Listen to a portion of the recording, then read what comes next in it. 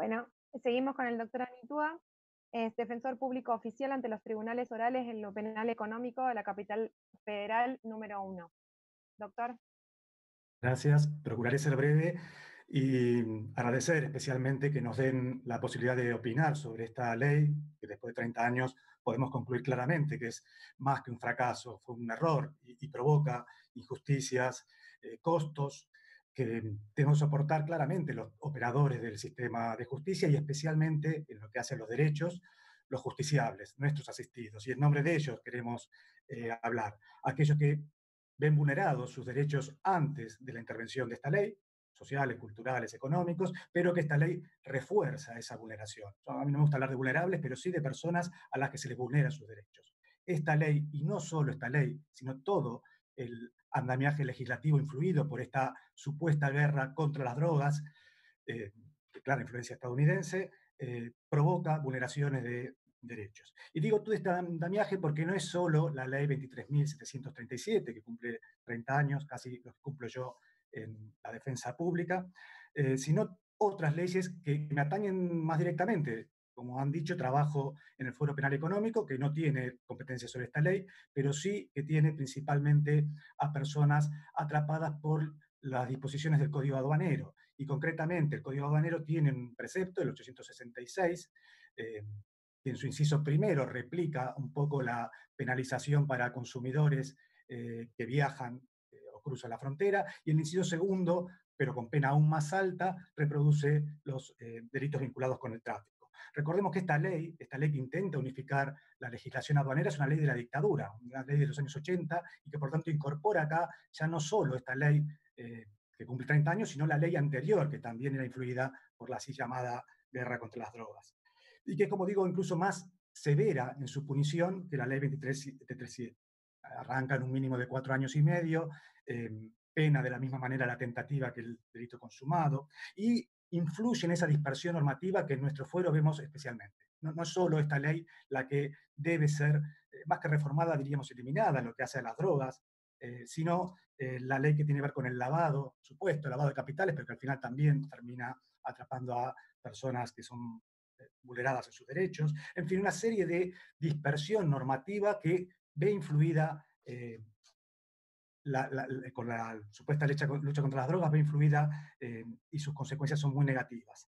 En lo que hace también a lo procesal penal, recordemos la introducción del arrepentido y otras figuras que distorsionan el sistema de garantías, especialmente lo que mencionaba recién la doctora Galán respecto a la ejecución de la pena. Todo esto intentó, y la Defensoría, la doctora Estela Maris Martínez, con nuestra ayuda, todo el tiempo intentamos colaborar en proyectos de unificación en materia penal del 2006, el que por Baigún, Kerendler Herbeta y otros, el 2013 de Zaparoni, Pinedo, Gilavedra y otros, el reciente 2007, que es probablemente peor que los otros precisamente porque no introduce en esta unificación la materia de la punición de lo que tiene que ver con las drogas o el narcotráfico.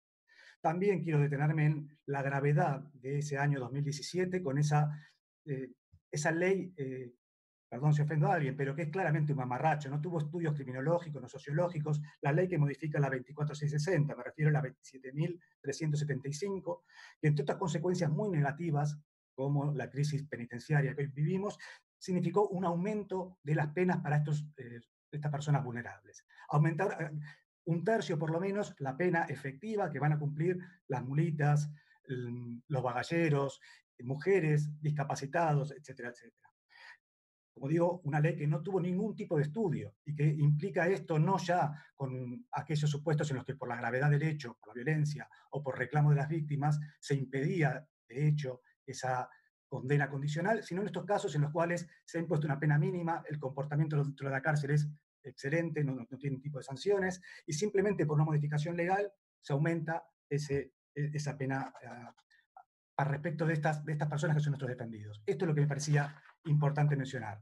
¿Quiénes son los que sufren las consecuencias de la ley 23, bueno, la ley vinculada con las drogas y también las del Código Aduanero? Son efectivamente perejiles, como de alguna manera estaban queriendo señalar mis colegas. Son mujeres, sí, efectivamente. En el fuero en el que yo trabajo, a diferencia del fuero criminal, donde el 90-95% de los casos son hombres, los que son sospechados o finalmente condenados. En este caso, la relación de mujeres y hombres es parecida, no llega al 50%, pero casi.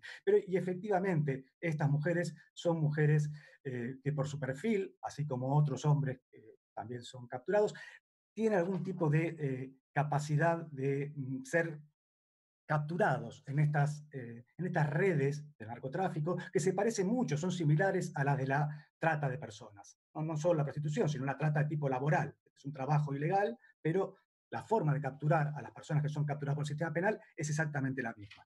Personas que previamente han visto vulnerados sus derechos a la educación, en el caso de los argentinos, pero también en el caso de los extranjeros, que son la mayoría en el caso de los que yo defiendo. En, tanto en los mercados lícitos como en los ilegales, las personas que son más manipulables, las que tienen mayores necesidades, son las que van a realizar este tipo de tareas, poniendo incluso en riesgo su vida. Piensen que las personas que yo asisto ingieren las drogas, a veces esto explota y mueren en ese tránsito a través de los aeropuertos. La competencia del Foro Penal Económico, ustedes lo conocen bien, abarca la capital federal, pero también gran parte del AMBA, especialmente lo que hacen los aeropuertos, los puertos y los correos. Y digo esto de los correos porque, especialmente en el último año, claro, por la pandemia, pero incluso antes, ese típico perfil de mujeres, jubilados, extranjeros, cuando se dan cuenta que son atrapados especialmente los que vienen del este de Europa, empiezan a buscar jubilados españoles. Cuando estos empiezan a ser capturados, las redes del tráfico buscan africanos y así sucesivamente, pero siempre personas muy vulnerables.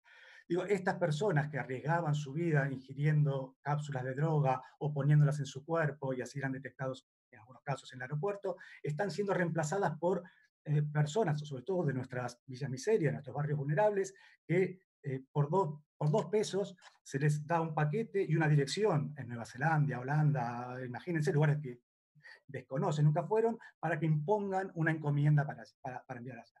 Estas personas son las que son capturadas, son la mayoría de las personas que yo defiendo, hombres y principalmente mujeres. Efectivamente lo hacen por extrema necesidad. Top mango le dan para que realicen ese tipo de tarea que es muy riesgosa, riesgosa para ellos. Las redes de tráfico saben que pueden en algún caso ser capturado ese envío. Les cuesta más la droga, la poca cantidad de droga, 1 kilo suele ser más o menos la cantidad de cocaína que es exportada, que es detectada, que la persona que es capturada. Estos son claramente fungibles, como señaló la doctora Galán. Mm, lo son en el momento que imponen esa encomienda o después a través de las biofilmaciones que hay en todas las sedes de correo argentino. Son fácilmente, por tanto, capturadas. Estos bagalleros, mulitas, personas que realizan estas encomiendas o que las van a recibir. Hay otro tipo de drogas, en el caso de éxtasis y pastillas, que en cambio el contrabando es de importación. Y mandan un nombre cualquiera de una de estas personas de nuestros barrios marginales que van a buscar esa encomienda y ahí son capturadas por nuestras policías y procesadas y condenadas por estos sistemas judiciales. Hay un problema grande entonces en las instancias de investigación o policiales y también en las judiciales que hacen como que estuviesen trabajando procesando estos casos y condenando a los márgenes, a estos últimos eslabones de la cadena narcotráfico. Quiero señalar con esto que hay que asumir que lo que se está haciendo en esta supuesta guerra contra las drogas es una guerra contra personas con muchas carencias y que están llenando nuestras cárceles federales. Y aquí hacer una mención que no es solamente Arriola o anteriormente Basterrica lo que tiene que claramente informarnos para reformar o incluso derogar la ley de drogas y el código aduanero en lo que hace a esto. Piensen en la injusticia incluso de hacer respetar la Constitución y por lo tanto el ámbito de intimidad y decir, bueno, no vamos a condenar a la persona de clase media que está en su pileta o en su oficina de Puerto Madero o de la zona céntrica de la capital y pide que le traigan droga. Sí, a ellos lo vamos a proteger, pero al pibe que está llevando en un globo o en un Rappi, lo que fuese, esa mercancía, bueno, a este sí lo vamos a condenar. Esto me parece que es también de una clara injusticia y de una clara inutilidad. Insisto en esto, esta ley, el principal problema que tiene es que es un error que es muy costoso. Doctor, le quedan 3 minutos.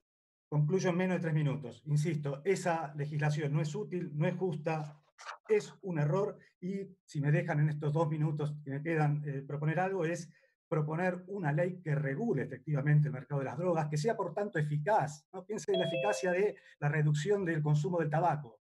que bajó efectivamente en los últimos años, porque es legal, al contrario de otro tipo de drogas ilegales que ha subido gracias a que tiene esta legislación punitiva. Una legislación entonces que regule todo el mercado de drogas, que ojalá se reduzca de esta manera más eficazmente. También la necesidad de una legislación penal que unifique todas las respuestas punitivas, incluyendo lo que tenga que ver con las drogas. E incluso para un mientras tanto hasta que se logren estas leyes de fondo realmente necesarias, propongo bajar el mínimo legal para que permita que por primera vez al menos a estas personas, a estos que hacen el delivery, a estos bagalleros, por primera vez se le imponga, aunque sea una pena en suspenso, es decir, que la pena, si quieren dejar esa pena máxima enorme de 15 años o 16 años, absurda porque nunca se ha aplicado, no se ha aplicado porque nunca se capturan a Pablo Escobar o similares, nunca, por lo tanto no se aplican, siempre se aplica el mínimo, bajamos ese mínimo. Ese mínimo no dejarlo en 4 años y medio o en 4, sino en 3 o incluso menos para permitir una condena condicional. O efectivamente subir la condena condicional hasta 4 años y medio o 5 años. Esta quizás sería una respuesta más general y que soluciona el problema de la crisis penitenciaria que lamentablemente hemos provocado los operadores judiciales, policiales, pero también, lamento decirles, los legisladores cuando legislan con poco criterio utilitario y de justicia. Nada más, muchas gracias. Muchas gracias, doctora Nitua.